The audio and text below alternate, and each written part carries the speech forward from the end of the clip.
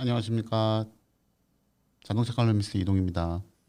안녕하세요. 자동차 평론가 류청입니다. 네, 또 시간이 돌아왔습니다.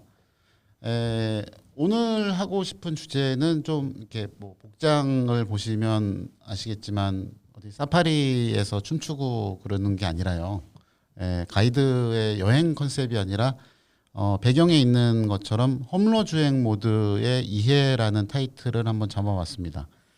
그러니까 요즘에 나오는 SUV들이 참 많이 달려 나오죠. 네, 최신 모델들에는 거의 빼놓지 않고 새롭게 등장하는 모델들에서 나오고 있는 그런 기능 중에 하나죠. 그러니까 이제 일부 몇몇 브랜드를 제외하고는 거의 다 있어요. 지금 보면. 네, 특히나 뭔가 오프로드 주행에 좀 특화됐다 그렇게 좀 자랑할 만한 모델들에는 하나씩 들어가 있는 기능이죠. 그래서 실질적으로 보면은 뭐 이거를 진짜로 쓰느냐 안 쓰느냐의 문제를 떠나서 어떻게 보면은 약간 좀 뭐랄까요, 없으면 허전한. 네, 뭐 있으면 뭔가 보험 같은 느낌이 드는 그런 개념의 기능이라고 할 수 있겠죠. 그래서 실제로 사용할 일이 별로 없다고 하더라도 그냥 있으면 든든하고 네. 든든하고 왠지 써먹어 볼 수 있을 것 같고 네, 그리고 쓰면은 도움이 될 것 같은 그런 약간 좀 마케팅적인 장비로서도 있기는 하지만 네, 근데 실제로 이게 개발됐을 때는 처음에 개발이 됐을 때는 굉장히 좀 큰 의미를 갖고선 시작을 됐었던 거거든요. 그렇습니다. 뭐 실제로 에어백 같은 경우에도 뭐 실제로 그게 쓰이는 경우는 사실 흔치가 않고 오히려 이게 그 활용이 된다 그러면은 좀 안타까운 상황이 되는 경우가 있는데 있으면 일단 좀 마음이 든든하죠. 그렇죠. 그래서 이 홈로 주행 모드가 달려있는 차들이 많고 그래서 요거에 대해서 어떻게 보면 한 번에 좀 정리되어 있는 컨텐츠는 저희가 좀 찾아보기가 어려웠던 것 같아서 네, 그동안에 제가 요거 관련돼서는 한 몇 군데 정도에다가 썼던 기사들도 있고 그래갖고 그거 관련된 거를 한번 정리해서 한번 말씀드리려고 합니다. 자, 그래서 이제 본격적으로 시작을 해보면요. 일단 첫 번째는 홈로 주행 모드란 무엇인가입니다. 기본적인 목적으로는 당연한 얘기지만 다양한 홈로를 안전하게 달리는데 도움을 주는 게 가장 큰 목적이죠. 네, 그래서 이거를 이제 실질적으로 시행을 하는 거는 운전자는 노면의 종류만을 선택을 하고 그래서 눈으로 보이는 노면이 어떤 노면인지만 선택을 하고 나머지는 차가 전문가의 실력을 발휘해서 네.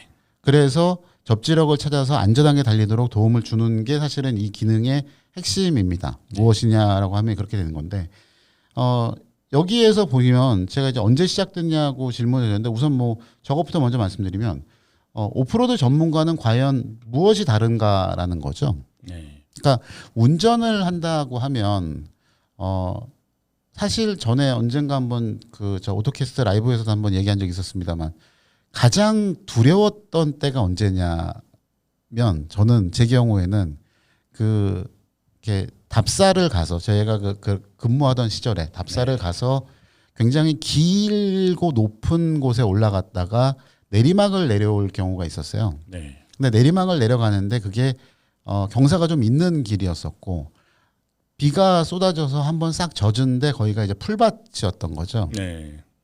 그래서 풀밭의 내리막을 경사진 곳을 이제 당연히 이제 로우 레인지 로우 기어 넣고 기어 1단 넣고 엔진 브레이크를 써서 내려가려고 딱 그 꼭대기에서 이렇게 딱 내려선 순간이었었거든요.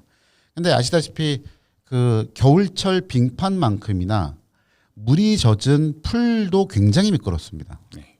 이게 거의 그 흔히 말하는 노면 마찰 계수라고 하는 뮤값이라고 하는 게 거의 0에 가까워질 정도로 진짜 미끄러운 길이어서 엔진 브레이크를 걸고선 쓰면서 내려가려고 해도 차가 그냥 바퀴가 그냥 미끄러져 버리는 상태가 된 거죠. 네. 그래서 이렇게 슬라이드로 해서 쭉 내려가기 시작을 한 거예요. 이거는 분명히 내가 엔진 기어를 그러니까 엔진 브레이크를 걸고 로우 레인지 상태에서 내려가는 속도보다 빠르네라고 생각이 드는 순간 이거 미끄러지는구나. 를 깨달았는데 저는 이제 운전석에 있었죠 당연히. 네. 근데 그 상태에서 차가 요렇게 내려가던 차가 이제 수평으로 요렇게 돌아가기 시작하는 거죠. 그러면 이게 무슨 상황이 되냐면 내리막 경사에서 이렇게 수직 방향으로 내려가는 게 아니라 옆으로 돌아가는 상황이 된 거예요. 네. 그러면 이거는 요렇게 달랑하고 넘어가요. 굴러 쉬운 그런 그러니까 상황이 되는 거죠. 자동차가 요 상태에서 내리막에 이렇게 서 있는 상태면 사실은 이 수직 방향으로 전복되는 경우는 드물거든요. 네. 근데 옆으로 돌아갔을 때는 높이 때문에 또 좌우 트레드 폭이 짧기 때문에 이렇게 전복되면서 대굴대굴 바닥까지 굴러 내려가는 거죠. 근데 이 시점에서 해결할 수 있는 방법이 뭘까요? 그럴 때는 엑셀을 쳐줘서 그 차의 어떤 방향을 좀 잡아주는 그런 그렇죠. 걸 해줘야 되는 거죠. 네. 근데 심리적인 지금 얘기 들으셨던 것처럼 엑셀을 밟아서 엑셀 페달을 밟아갖고 차의 바퀴가 접지를 찾아서 네. 쭉 하고 움직여서 밑을 바라볼 수 있도록 방향을 잡아줘야 되는 거예요. 네. 그래야 이게 차가 전복되는 거를 막고 요 방향들에서 밑으로 이렇게 내려갈 수 있게 해주는 그 방향을 맞출 수가 있는 거거든요. 네. 근데 문제는 이제 그렇게 경사가 진데서 있는 상태에서 엑셀을 밟는다는 거는 굉장히 무서워요. 심리적으로 그게 네. 잘 안 되죠. 그러니까 내리막에서 가속을 하는 거랑 다름없는 거니까 그게 심리적으로 안 되거든요. 근데 그거를 깨트리고 그러니까 일단 차가 그렇게 도는 순간이 가장 제일 무섭고요. 네. 왜냐하면 어느 순간에 이렇게 돌아서 내려가다가 툭 걸리기만 해도 바로 뒤집어지니까 네. 그게 가장 무섭고요. 그리고 그 시점에서 그 두근거리는 마음을 붙잡아서 엑셀을 밟아갖고 차를 확 하고 잡는 게 그게 제일 힘든 경험이었었거든요. 네. 그리고 이게 또 다른 거는 뭐냐면 온로드의 트랙에 가서 운전을 하더라도 네. 사실은 코너를 빠져나가서 재가속을 한다거나 혹은 코너 안에서 이븐 드로틀이라고 해서 엑셀을 밟은 상태를 그대로 유지하면서 코너를 쭉 돌아간다거나 할 때 보면 엑셀 페달을 밟았다 떼었다 하는 그 정도가 되게 미묘하게 조작을 하잖아요. 네, 그렇습니다. 이게 그거를 얼마만큼 섬세하게 조작을 하느냐에 따라서 차의 피드백을 받아서 빠르게 달릴 수 가장 그 시점에 가장 가능하게 빠르게 달릴 수 있는 게 고 엑셀 페달의 조작으로 가능하거든요. 그런데 이게 그것만큼이나 비포장도로에 들어가서도 엑셀 페달을 어떻게 조작하느냐가 굉장히 중요합니다. 그러니까 바퀴가 바위 위에 바위 돌이 있고 여기에 바퀴가 와서 이렇게 딱 닿았는데 네. 얘를 얼마만큼 엑셀을 밟아서 얘가 접지력을 잃지 않고 휙하고 헛돌지 않고 요게를 탁 타고 올라가게 할 수 있느냐. 네. 그것도 굉장히 미묘한 엑셀 페달 조절에 따라서 달려 있거든요. 그래서 오프로드에서의 운전 방법은 다릅니다. 온로드에서의 운전 방법과는 사실은 사뭇 달라요. 그리고 엑셀을 어디에 넣어야 되는지 기어를 어디에 넣어야 되는지 또 기어 단수를 어떻게 해야 되는지 그리고 브레이크를 어떻게 밟아야 되는지 트랙션 컨트롤을 켜야 되는지 꺼야 되는지 등등에 대해서도 이게 노면과 그때그때 상황에 따라서 굉장히 많은 변수가 있거든요. 핵심은 타이어가 접지력을 유지를 하고 그렇죠. 구동력을 제대로 접지력으로 활용할 수 있도록 네. 유지를 해주고 그다음에 노면의 상태를 파악을 해서 그에 알맞게 대응을 할 수 있도록 조절을 하는 그게 핵심이라고 할 수 있겠죠. 그게 핵심이죠. 그래서 이게 그 오프로드 전문가는 무엇이 다른가라는 질문에 대해서 답을 하나 해보자면 첫 번째는 오프로드를 달려본 경험이 있어야 됩니다. 이거는 그 흔히 말하는 대로 뭐 연애도 책으로 배우면 망가지는 것처럼 오프로드도 말로만 들어서 되는 건 아니고 맞습니다. 실제로 달려봐야 됩니다. 네. 그래서 분명히 지금 눈으로 보기에는 눈이 쌓여 있는 눈길인데 겨울철 특히 2월이나 3월쯤 돼서 오프로드를 갔다가 분명히 눈길은 사실은 굉장히 달리기 쉬워요. 네. 이런 말씀드리면 되게 좀 이상하게 생각할지 모르겠지만 오프로드에서의 눈길은 굉장히 쉽습니다. 근데 눈길이라고 생각해서 들어갔는데 그 눈이 내리기 한 3일 전에 날씨가 굉장히 따뜻해서 노면이 살짝 녹은 상태에서 눈이 내리면 그러면 이게 어떻게 되냐면 땅이 두께가 요 정도가 된 상태에서 요만큼까지는 여기가 노면이라고 하면 네. 요만큼까지는 얼어 있고 여기는 녹은 상태에 위에 눈이 쌓인 거죠. 네. 그럼 여기에 차가 가면서 바퀴로 여기를 한번 밟으면 눈이 녹으면서 이 밑에 녹아 있는 요만큼의 흙하고 섞입니다. 네. 그러면 얼음이 이만큼 있는 거에 위에 진흙창이 생기는 거죠. 이것도 굉장히 어렵습니다. 생각만 해도 끔찍하네요. 접지가 안 나와요. 네. 근데 이제 만만하게 보고 들어갔다가 예를 들어서 이렇게 언덕 같은 거를 갈 수 있네라고 해서 쓱 올라가다 보면 중간에 왜 이러지라고 싶을 때는 이미 차가 이렇게 이러고 네. 있는 거죠. 그래서 이게 그 오프로드를 달려본 경험이 있는 사람들이 필요한 거죠. 그리고 그런 상황을 만났을 때 상황에 따라서 차를 어떻게 조종할지를 이 사람들은 알고 있는 거죠. 네. 왜냐하면 굉장히 오랫동안의 삽질을 통해서 네. 그리고 이렇게 세대에서 세대로 이어지는 그 노하우 전수에 의해서 그 사람들은 배워왔던 거죠, 사실은. 그래서 그런 경험들을 쭉 해오고 나면 그러면 이제 그런 사람들이 정해져 있는 어떤 틀로서의 운전 기술이 나옵니다. 그래서 그게 오프로드 전문 운전 기술이 있죠. 그러니까 네. 뭐 많이들 보셨겠지만 뭐 스티어링 휠에 이런 식으로 잡지 말고 림 위에 손가락을 얹으라든가 네. 그다음에 뭐 이렇게 자세를 어떻게 하라든가 그런 것들 운전 자세서부터 시작을 해서 엑셀 페달을 밟는 거, 브레이크를 밟는 거, 양발 브레이크를 쓰는 것들 등등등등이 굉장히 여러 가지 테크닉으로 나오거든요. 이거 오프로드에서 써보신 적 많으세요? 이런 기술들? 써본 적들이 뭐 몇 번은 있죠. 근데 이렇게 아주 하드코어한 오프로드를 가본 적은 많지는 않기 때문에 사실 뭐 저는 경험 면에서는 그렇게 많지는 않습니다. 해외 취재 갔었던 것들이 있었죠. 예, 해외 취재도 있었고 뭐 국내에서도 오프로드 가본 적은 여러 번 있죠. 그 2004년에 집캠프 아까 얘기 잠깐 나왔었는데 예. 그거는 뻘밭이잖아요. 뻘도 거의. 있고 뭐 그 돌도 있고 거기가 어디였었어요? 말레이시아였습니다. 네. 몇 월 달에 제가 갔을 때가 9월 달이었죠. 말레이시아 9월 달 집을 타고 정글 속으로 예, 기가 막힌 경험이었습니다. 기가 막히고 코가 막히는 경험이죠 사실은. 그렇죠. 네. 뭐 갑자기 멀쩡하던 흙길이 진흙탕이 돼서 차가 움직이지를 못해서 이제 뭐 헛바퀴를 계속 돌다가 사람들이 뭐 밀고 당기고 뭐 그래서 나오는 그런 경험도 해봤었고요. 그리고 겨울에 오프로드 간 적도 있지 않나요? 예, 겨울에도 갔었죠. 뭐 그 아이슬란드 거는 저도 얘기 들었던 거 진짜 부럽긴 한데. 네. 여하튼 그렇습니다. 그리고 저는 또 근무했던 회사들이 그러니까 크라이슬러 코리아와 그다음에 제규어 랜드로버 코리아이기 때문에 그리고 그 이전에 제가 다녔던 그 미디어에 있을 때 마지막으로 근무했었던 회사가 또 포일 드라이브 앤 RV라는 자동차 생활에서 나왔던 사륜 전문 잡지였었기 때문에 오프로드는 아주 지겹게 다니셨던. 매달 한 번씩 오프로드 도전기라고 그래서 그 여행기 겸해서 전국을 다녔었죠. 물론 뭐 저도 이제 제일 황당했던 경험이 북배산길을 튜닝한 무쏘를 갖고 올라가다가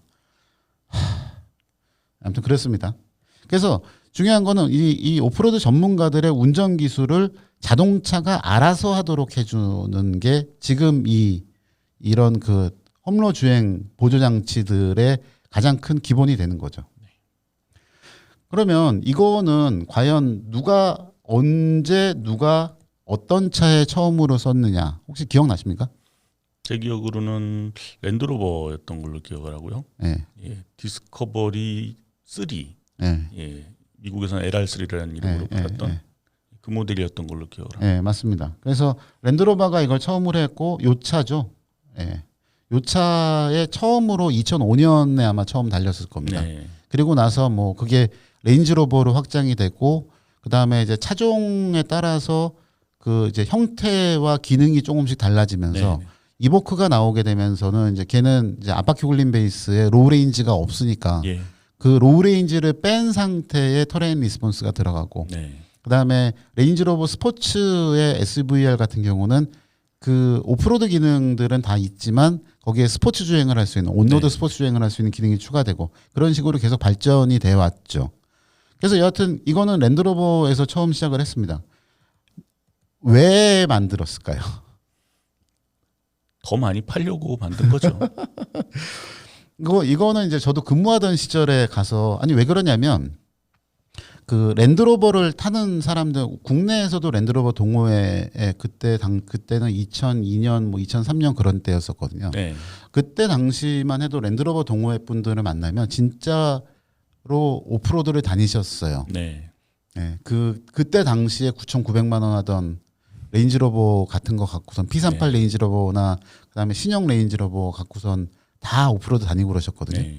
근데 그분들은 가서 운전을 하시면서 이 나중돼서 이 터레인 리스폰스가 나온 2006년식 레인지로버를 딱 타고 나서는 되려 뭐라고 그러셨냐면 재미가 없다고 그러셨었어요. 네. 내가 고생하는 게 재미인데. 네. 그리고 내가 차를 요렇게 조작을 하고 이런 방식으로 가고 여기서 기어를 몇 단을 놓고 네. 하는 거를 내가 해야 되는데 네. 그냥 얘는 뒤에 놓고 엑셀 밟고 브레이크 밟고 하면 지가 알아서 가니까 네. 되려 재미가 없다고 얘기를 하시더라고요. 똑같은 코스를 가게 되더라도. 그런데 그래서 그런 면도 있었지만 실제로 터레인 리스폰스를 만들게 된 이유는 이것 때문에 그렇습니다. 사람들이 운전을 마구 하는 거예요. 그러니까 2000년대가 지나가면서부터 실제로는 이제 오프로드를 타는 것보다는 랜드로버를 타는 사람들이 늘어났고 팔리는 것들이 늘어났는데 네. 그러니까 흔히 말하는 자동 변속기 혹은 수동 변속기와 그다음에 그 디퍼렌셜 락과 그리고 내리막 주행 보조 장치와 트랙션 컨트롤들이 달려 있는 그다음에 로우 레인지가 달려 있는 그 SUV를 갖고 그것들을 각각을 어떻게 조합을 해서 이 험로를 탈출해야 되는지에 대한 노하우가 전혀 없는 사람들인 거죠. 네. 그러다 보니까 사람들이 마구 운전을 하면서 금방 사진에서 보셨던 것처럼 빠지고 걸리고 네. 그러면서 하는 얘기는 그런 거죠. 야 랜드로버인데 왜 못 가? 네. 그 얘기가 2000년대 초반에 꽤 많이 나왔었던 거예요. 내 탓을 안 하고 차 탓을 하는. 네. 네. 그런데 이제 그래서 그때는 책자도 있었습니다. 랜드로버에서 만든 책자가 있었어요. 네. 오프로드 주행 방법 그래갖고 운전 자세서부터 시작해서 노면에 따라서 어떻게 하고 얘는 어떻게 조작하는 것들에 대한 책을 따로 만들어서 배포할 정도였었는데 책을 배포해서 해도 안 먹히니까 결국은 어떻게 했느냐? 그러면 차가 알아서 하겠습니다. 가 된 거죠. 그래서 마구 운전하는 사람도 그냥 엑셀만 밟고 브레이크만 밟고 기어만 변속할 수 있는 사람도 오프로드에서 잘 달릴 수 있게 하자라는 거를 하기 위해서 사실은 만들었죠. 그래서 랜드로버가 2005년에 만든 다음에 이게 꽤 히트를 쳐요. 네. 기능적으로도 그렇고 브랜드도 굉장히 앞서 나간 거가 됐기 때문에 여러 브랜드에서 이제 그 이후에 참여를 하죠. 랜드로버에서 이게 나가고 나서 제가 크라이슬러 코리아에 근무하던 시절에 나왔었죠. 그래서 랜드로버는 전자동 지형 반응 시스템이라고 그래서 터레인 리스폰스라고 네. 부르고요. 그 금방 얘기했었던 그 2005년식에 들어갔던 거는 요런 타입이었었습니다.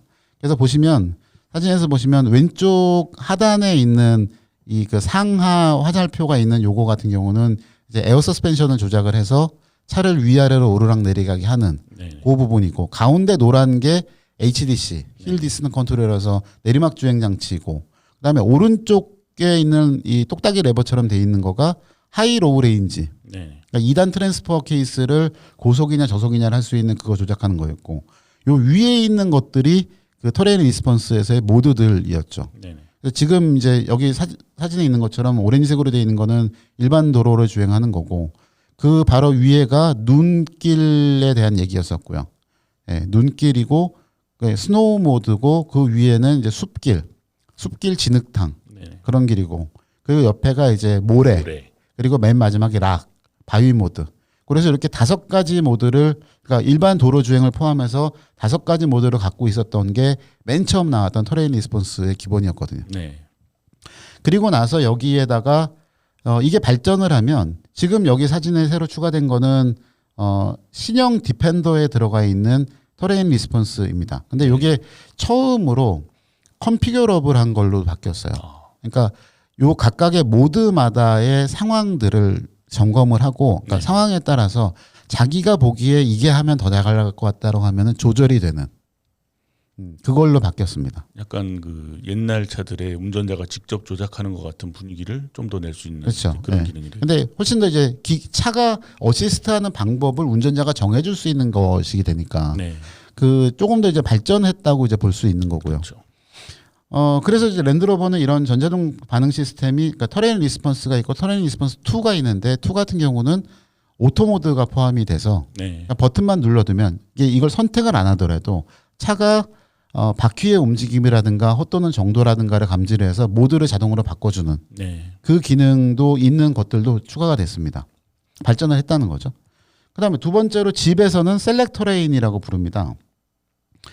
여기 있는 사진 첫 번째 사진이 이게 셀렉터 레인이 처음 올라갔던 WK 그랜드 체로키. 네, 그랜드 체로키. 네, 그 그랜드 체로키의 그 조작 부분이에요. 그래서 보시면 왼쪽 상단에 포일 드라이브 로우라고 그래서 아까 얘기했던 하이로우 기능이 있고, 그다음에 그 아래가 내리막 주행 보조 장치고, 가운데 부분에 있는 것들로 모드 설정을 해서 스노우, 샌드, 머드, 락이라고 해서 여기에 사실은 랜드로버에서 세팅했던 것하고 매우 비슷합니다. 사실은. 근데 이게 험로에서 만날 수 있는 노면들의 대부분이에요. 사실은. 그렇죠. 예, 그리고 오른쪽에는 역시 그 에어 서스펜션의 높낮이 조절을 하는 그게 들어가 있고요. 최신 셀렉터 레인은 이런 식으로 구성이 돼요. 그래서 그 포일 드라이브 로우라든가 이런 버튼들도 바뀌었고 표시되는 내용도 추가가 됐습니다. 그리고 이제 HDC 컨트롤을 포함을 해서 그다음에 리어 디퍼런셜 락이 여기에는 이제 초과되어 있는 모습이 이 동그란 레버의 왼쪽 아래 7시 방향에 있는 요거가 리어 디퍼런셜 락을 조절할 수 있는 버튼으로 되어 있고, 이 오른쪽에 있는 것 같은 경우는 저게 그러니까 일종의 오프로드 크루즈 컨트롤 같은 개념이에요.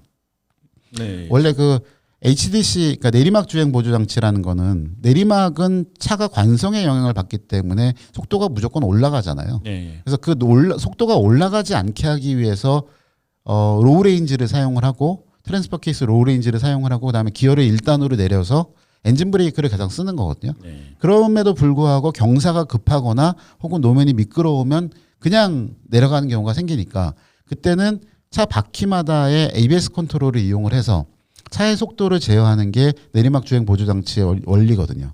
근데 그거 말고 여기에서 얘기하는 이 그 험로 정속 주행 장치는 20km 정도까지를 엑셀 페달을 밟지 않아도 차가 지정된 속도를 유지하고 계속 쭉 가는 겁니다. 네. 그러면은 운전자는 엑셀 페달을 밟아야 되는 부담도 없이 스티어링으로 방향 조절만 하면 되는 거죠. 그러니까 이거는 그런 거예요. 그러니까 아까 얘기했던 것처럼 오프로드에서 전문가가 운전하는 거는 굉장히 신경 쓸 부분이 많은 거죠. 네. 차를 조작을 어떻게 할 것인가, 그러니까 엑셀 페달을 하기 위한 발 조작을 어떻게 할 것인가, 손을 어떻게 움직일 것인가, 내가 어디를 보고 확인할 것인가, 그다음에 그 중간에 하면서 기어의 변환이라든가 이런 것들을 어떻게 할 것인가를 다 조작해야 되는 건데, 그러니까 터레인 리스폰스나 셀렉터 레인 같은 거가 일단은 그런 기어나 변속기나 이런 쪽의 조작을 싹 다 빼놓은 상태가 되고, 네. 그다음에 여기에 나오는 오프로드 정속 주행 장치 같은 경우는 엑셀 페달의 조작도 빼놓는 거죠. 그러면 가장 마지막으로 남는 거 조향만 하면 됩니다. 실제로 홈로 중에서도 속도를 어느 정도 계속 유지를 하면서 가야지만 그렇죠. 안전하게 갈 수 있는 그런 조건들도 많이 있죠. 네, 그렇게 해야만 탈출할 수 있는 것들도 있는 거죠. 네. 그래서 이것도 되게 도움이 돼요. 왜냐하면 익숙하지 않게 되면은 이렇게 엑셀 페달을 지그시 밟고선 낮은 회전수에서 웅 하고 가는 게 아니라 이게 또 더군다나 굴곡이 있기 때문에 네. 울컥하면서 콱 한번 밟으면 헛돌거든요. 네네 그렇죠. 그러면 그때는 빠져요. 네. 이게 그렇게 해서 빠져서 차가 못 움직이면 욕이 절로 나옵니다. 네. 제가 그런 걸 한번 좀 당한 적이 있었거든요. 속도를 유지를 해야 되는데 살짝 엑셀을 놓쳤다가 바퀴가 빠져가지고 네 바퀴가 다 헛도는 상황이 돼버린 배가 올라간 상황이 네네. 됐군요. 네. 그런 경험이 있었기 때문에 이런 장치 아주 유용하다고 생각이 드네요. 네. 그렇습니다. 그리고 집에서는 사실은 지금 랭글러가 있기 때문에 랭글러는 어쨌든 그 현재도 매뉴얼로 기계식으로 네. 전환을 하는 파트타임 방식을 사용을 해서 얘는 그 포일 드라이브 전환 버튼 방식이 다르죠. 그래서 요 사진에 나와 있는 것처럼 이런 방식으로 사용을 하게 되고요. 예, 그렇습니다. 지금 이제 오른쪽 화면에 나오는 게 그게 랭글러에 들어가 있는 방식이고요. 그다음에 넘어가서 현대자동차 그룹에서는 이거를 험로 주행 모드라고 씁니다. 멀티 터레인 컨트롤이라고 하고, 아마도 제가 기억하기로는 펠리세이드에서 처음으로 오프로드 관련된, 그러니까 비포장도로 같은 험로 주행 관련된 것들이 처음으로 추가된 걸로 알고 있고요. 그래서 지금 보시는 이거는 이제 국산차니까 어쨌든 주변에서 보실 기회가 많으셨을 테니까. 그래서 스노우라든가 그다음에 머드라든가 샌드라든가 그 세 가지 정도만을 갖고선 합니다. 그리고 이제 물론 당연히 이제 그 내리막 주행 보조 장치도 여기도 같이 끼워서 작동을 하고요. 이게 앞에서 보셨던 다른 쪽 애들하고 다른 브랜드 쪽하고 차이를 보면 락 모드가 빠진 게 크잖아요. 맞습니다. 예. 락 모드는 왜 빠졌을까요? 트로트를 좋아하는 분들 때문에 빠진 게 아닐까 싶은데. 네. 원래 락 헤비메탈 좋아하시잖아요. 네. 예. 현대차 안 삽니다. 아무튼 이게 우선은 이유는 그런 거예요. 그러니까 앞바퀴 굴림을 베이스로 한 모델들이기 때문에 펠리세이드나 산타페나 그다음에 뭐 소렌토나 그런 쪽들이 다 그렇기 때문에 사실은 바위를 탈 정도의 네네. 홈런을 가지는 않을 거다라는 생각인 거고요. 첫 번째가. 그다음에 두 번째는 바위를 탈 때는 엔진의 힘이 굉장히 많이 필요하죠. 네. 그런데 그러려면 그러니까 투 스테이지 트랜스퍼 케이스가 있어서 네. 로우 레인지를 사용할 수 있어야 바위를 타는데 사실은 가능합니다. 네.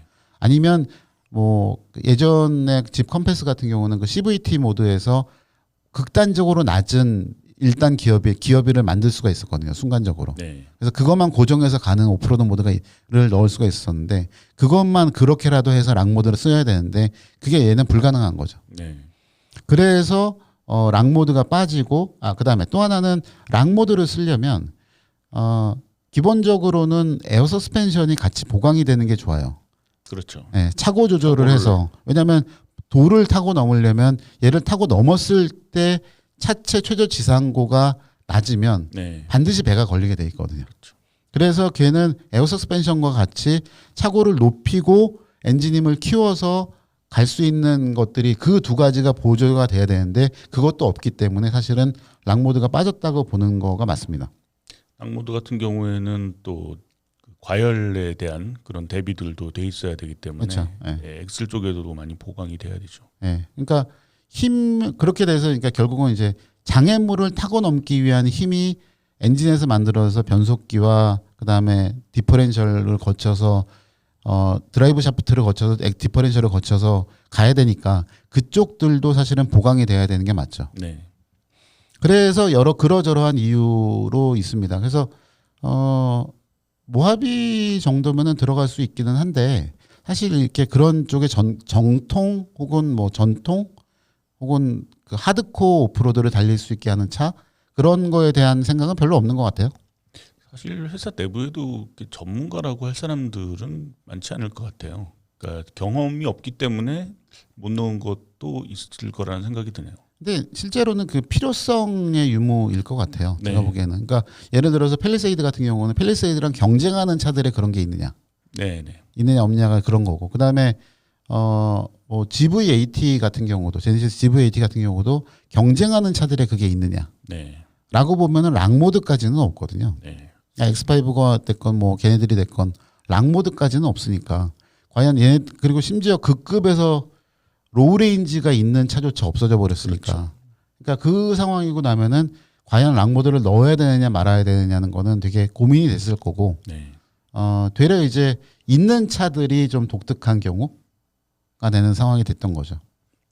바위 타고 넘는 거야말로 진짜 하드코어한 거라서 이렇게 펠리세이드를 가지고 가기는 좀 무리가 있을 것 같긴 하네요. 네. 그래서 이게 어떻게 작동하는가를 이제 보게 되면 아까 이제 처음 시작하면서 얘기했던 것처럼 이게 자동차의 한 10가지 정도 되는 자동차의 장비들을 조절을 합니다. 네. 그게 첫 번째로는 이제 엔진. 요거는 좀 자세하게 얘기할 기회가 있겠습니다만 엔진의 출력이라고 하는 거가 흔히 말하는 토크 맵이 바뀌죠. 네. 그러니까 엑셀을 밟았을 때 토크가 발생하는 방식이 달라지는 거예요. 그러니까 최대 토크라는 거가 틀려지지는 않는데 네. 그 토크까지 나가는 그 토크에 도달하는 방식이 혹은 엔진의 회전수에 따라서 토크가 나오는 방식이 달라져서 바퀴로 전달되는 힘을 조절을 하는 거죠. 뭐 그런 거. 그다음에 그 트랙션 컨트롤의 민감도라든가 네. 그리고 뭐 민감하게 작동할 거냐 아니면 부드럽게 작동할 거냐 작동을 뺄 거냐 등등. 그리고 엔진의 제어 시스템도 바뀌죠. 그게 토크 맵을 컨트롤하는 거랑 마찬가지로. 그다음에 이제 변속기도 달라지죠. 네. 변속기는 기어 단수를 몇 단에 놓을 거냐. 네. 가 있고 그다음에 변속을 얼마나 빨리 할 거냐도 있는데 그런 것들도 프로그램에 그러니까 상황에 따라서 달라집니다. 그게 어떻게 달라지는지는 좀 나중에 아마 말씀드릴 테고. 그래서 여하튼 최종적 그리고 거기에서 이제 에어 서스펜션이 있으면 에어 서스펜션이 높낮이. 네. 그다음에 트랜스퍼 케이스가 있다 그러면은 로우 레인지를 갈 건지 하이 레인지를 갈 건지 또 그 변속기가 아니라 네, 그런 것들을 같이 묶어서 한꺼번에 조절을 합니다. 그러니까 노면 상황에 맞춰서 최적의 작동을 해서 접지력을 찾을 수 있게 하는 게 이 장비를 조절하는 목적들이 되는 거죠. 그래서 일단 첫 시간에는 거기까지 우선 얘기를 하고요. 다음 시간에는 지금 말씀드렸던 내용 장비들을 조작을 하는데 과연 각각의 모드별로 그러니까 스노우 모드에서 그다음에 머드 모드에서 샌드 모드에서 각각의 맵이나 그런 게 다 다르거든요. 그래서 그게 어떻게 다르고 왜 그걸 다르게 만들었는지에 대한 얘기를 다음 시간에 계속해 보도록 하겠습니다. 길다고 그래서 짧아서 줄이는 거예요. 자, 그러면 다음 시간에 이 험로 주행 모드에 대한 이해 두 번째 시간을 가져보도록 하겠습니다. 오늘 여기서 마치겠습니다. 고맙습니다. 다음 시간에 뵙겠습니다.